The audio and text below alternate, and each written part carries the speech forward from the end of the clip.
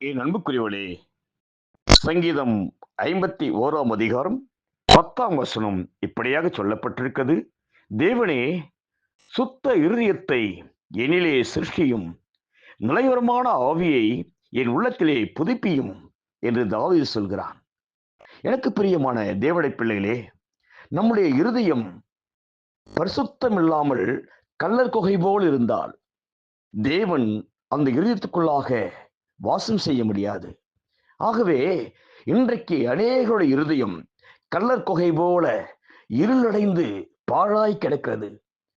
ஆகவே குடும்பம் ஆசீர்வதிக்கப்பட முடியாமல், குடும்பத்திலே நிம்மதி இல்லாமல், சாத்தானுடைய கட்டுப்பாட்டுக்குள் இருதயம் இருக்கிறபடினாலே வாழ்க்கையிலே அவர்கள் ஆசீர்வாதத்தை இழந்து விடுகிறார்கள், சமாதானத்தை இழந்து விடுகிறார்கள். ஆகவே வேதம் சொல்கிறது, உன் இருதயம் சுத்தமாக இருக்க வேண்டும். இருதயத்தில் சுத்தம் உள்ளவர்கள் தேவனை தரிசிப்பார்கள் என்று இயேசு சொல்கிறார். என் அன்புக்குரியவளே, நம் இருதயத்தை காண்கிற தேவன் நம் இருதயத்திலே வாசம் செய்ய ஆவலோடு இருக்கிறார். நீங்களே என்னுடைய ஆலயம் என்று சொல்கிற ஆண்டவர் அந்த ஆலயமாகிய இருதயத்தை நாம் பரிசுத்தமாய் காத்து கொண்டால்தான் நம் வாழ்க்கையிலே பெரிய ஆசீர்வாதங்களை பெற்றுக்கொள்ள முடியும். ஆகவே அன்புக்குரிய தேவனுடைய பிள்ளைகளே, சுத்த இருதயம் உள்ள இஸ்ரவேலருக்கு தேவன் நல்லவராகவே இருக்கிறாராம். ஆகவே இந்த நாளிலே நம் இருதயத்தை ஆராய்ந்து பார்ப்போம்.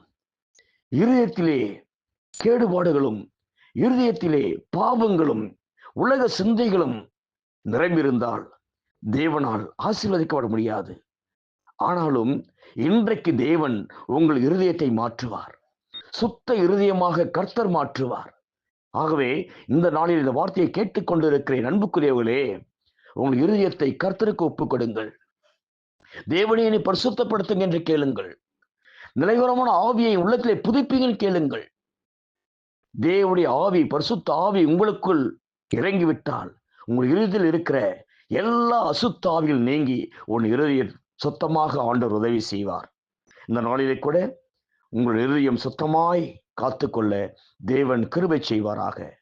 உங்கள் குடும்பத்திலே பெரிய ஆசீர்வாதத்தை தேவன் கொடுப்பாராக. God bless you.